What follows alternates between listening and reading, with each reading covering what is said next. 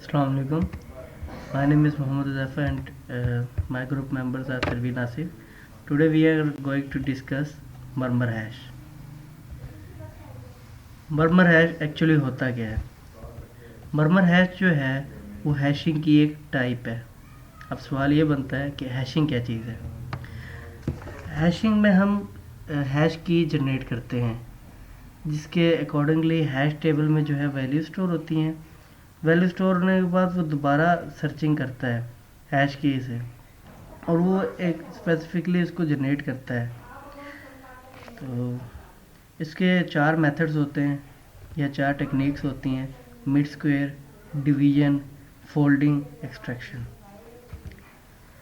अब basically murmur hash होता क्या है? Murmur hash is a non-cryptographic hash function suitable for general hash-based lookup। ये मैं अब आपको थोड़ा सा उर्दू में एक्सप्लेन करता हूँ। मर्मर फंक्शन जो है ना basically non cryptographic hash function है जिसका मकसद सिर्फ सिक्योरिटी को मेंटेन करना नहीं है। इसका मेन मकसद क्या है? आपके सिस्टम की परफॉर्मेंस को इम्प्रूव करना। जो भी इंफॉर्मेशन या डाटा ट्रांसफ़र हो रहा है एक जगह से दूसरी जगह पर, जब आपके सिस्टम के अंदर वो चीज़ आती है तो वो इक्वली इसको डिवाइड करता है। ये बेसिकली जो है ना आपके सिस्टम की परफॉर्मेंस को बेहतर करता है।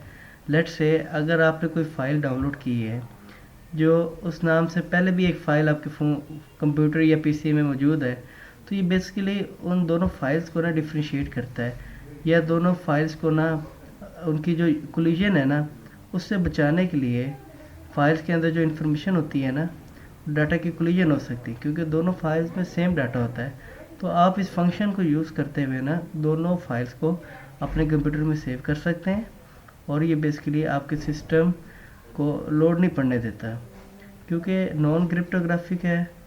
तो बेसिकली इसका मेन पर्पज़ यही है, एफिशिएंसी को बेहतर करता है और जो भी कोलिजन होती है डाटा की उस चीज़ को कोलिजन ऑफ डाटा को कम करता है, बचाता है। आपके जितनी भी आपकी इंफॉर्मेशन होती है उसको कोलिजन से बचाता है। अब hash based lookup. Hash based lookup क्या होता है? हैश लुकअप जो है बेसिकली हैश टेबल में यूज़ होता है। हैश टेबल में इसका क्या पर्पज़ है? ये जो है डाटा स्ट्रक्चर बनाता है मैप की का और जो वैल्यूज़ हैं उसको एक अनसॉर्टेड वे में जो है सेव कर लेता है। अच्छा, मर्मर हैश जो है वो क्रिएटेड हुई हैं एस्टन एप्लिन इन 2018, ठीक है, और होस्टेड गिटहब से। इसके बेसिकली 2 ऑपरेशन है, मल्टीप्लाई एंड रोटेट। ये सिर्फ रिवर्स के लिए रिवर्स स्टोरिंग के लिए यूज़ नहीं हुई, ये क्रिप्टोग्राफिक है। इसका ज़्यादातर जो यूज़ है ना वो क्रिप्टोग्राफिक में होता है। ठीक है, इंट्रोडक्शन हो गया। अब ये डायग्राम है। इस डायग्राम में जैसे कि मैंने आपको बताया है कि ये कोलिजन से बचाता है। जिस तरह अब ये 2 हेलोस हैं उनकी जो 2 सीड्स वैल्यू हैं वो सेम है लेकिन वो उसको फिर भी स्टोर कर रहा है। एक डिफरेंट बिल्कुल सेम उसके बन रहे हैं सिस्टम लेकिन फिर भी वो उसको स्टोर कर रहा है।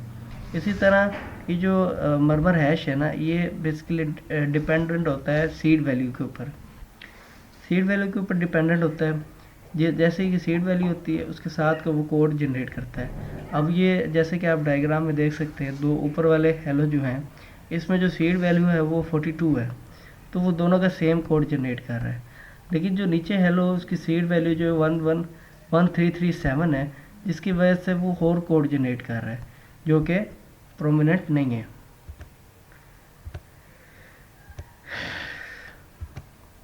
Problem statement. जैसे कि मैंने आपको बताया है कि जो मर्मर हैश है उसका जो मेन पर्पज़ है या जो उसका मेन काम है ना वो कोलिजन को रोकना है कि जिसकी वजह से यूज़र जो है अपना डाटा लॉस्ट ना करे या उसकी डुप्लीकेट ना बन जाए। अच्छा, इसका जो सिक्योरिटी में जो मर्मर हैश का रोल है ना वो ये है कि मर्मर हैश जो है कोई सिक्योरिटी गारंटी नहीं ऑफ़र करती। मतलब ये एक सूटेबल नहीं है क्रिप्टोग्राफिक एप्लीकेशन जिससे जो है हम एज अ डिजिटल सिग्नेचर रख सकते हैं या पासवर्ड स्टोरेज रख सकते हैं। अच्छा, इसकी कुछ एप्लीकेशंस हैं: hash table, network communication and speed. Hash table क्या होता है? हैश टेबल असल में मर्मर ऑफ बल्कि हैश टेबल में मर्मर का क्या काम है? मरमर का ये काम है कि वो ऑफ़र करता है हैश फंक्शन को हैश टेबल में यूज़ करने का। इसकी मदद से जो है हम मैप कीज़ और जो उसकी कोरस्पॉन्डिंग वैल्यूज़ है ना, वो हम जनरेट कर सकते हैं। फिर आता है नेटवर्क कम्युनिकेशन। मरमर हैश जो है वो नेटवर्क कम्युनिकेशन में भी यूज़ होता है। एक ऐसा प्रोटोकॉल या ऐसा एक सिनेरियो बनाता है जिसकी वजह से जो है वो मैसेज को अलाउ करता है कि एक तरफ से वो दूसरी तरफ चला जाए मैसेज जल्दी से जल्द, जितना जल्द वो हो सके। फिर एक इसका एप्लीकेशन स्पीड भी है। मरमर हैश इस तरह डिज़ाइन किया गया है कि ये एक फास्ट और एफिशिएंट सूटेबल रहे कि टाइम एप्लीकेशन, मतलब कि जो स्पीडली एप्लीकेशन चले, जिसमें कोई लेस एरर्स हों, लेस इश्यूज हों। तो ये बाकी का आपको सूडो कोड जो है तनवीर समझाएंगे।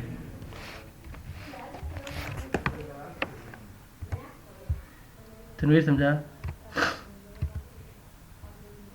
तनवीर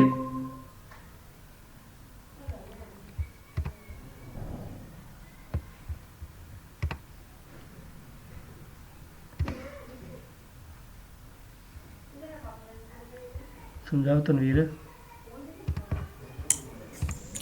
अस्सलाम वालेकुम। आपको मेरी स्क्रीन शो हो रही है? जी जी हो रही। अच्छा, तो ये है मरमर हैश का हमारे पास एल्गोरिथम आता है। ठीक है, इसमें हमने एक एग्जांपल ली है जिसमें हमने 5 वर्ड्स लिए हुए हैं ABCDE। ठीक है, और एक हमने सीड वैल्यू ली है। सीड वैल्यू कोई भी रैंडम हो सकती है। ठीक है, वो हमने खुद सेलेक्ट की हुई है और हमने वर्ड लिया हुआ है। अच्छा, तो जो जो इसको हमने 3 पार्ट्स में डिवाइड किया हुआ है। पहला पार्ट इसका क्या करेगा कि 32 बिट का ब्लॉक लेगा और उसको हल करेगा, और बाकी जो रिमेनिंग बाइट्स हो गए वो अगले पार्ट में होंगे, और उसके बाद फाइनल एवलांस होगा। तो फर्स्ट ऑफ ऑल हम देखते हैं कि हमारे पास ABCD वर्ड आता है। तो इसमें हम लोग अगर देखें तो जो एक वर्ड होता है वो हमारे पास होता है 4 बाइट का। ठीक है, तो इनमें से हर एक को अगर हम देखें तो वो हमारे पास आ रहा है ABCDE। हमारे पास ये 4 वर्ड आ गए जो कि 4 बाइट में आते हैं, और ई जो है वो हमारा पांचवा बन जाता है, मतलब 5 बाइट्स। लेकिन वो जो है वो पहले बाइट में कंसीडर नहीं किए जाएंगे, पहले 4 बाइट से हमारे पास आएंगे। तो हम लोग पहले 4 बाइट्स को ले लेंगे।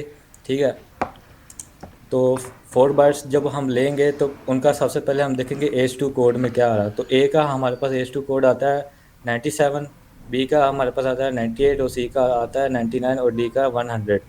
तो H2 कोड से जब हम हेक्साडेसिमल करेंगे तो वो हमारे पास 61, 62, 63, 64 तक आ जाते हैं। ठीक है, तो इसके बाद हम क्या करेंगे, हमारे पास जो वर्ड आता है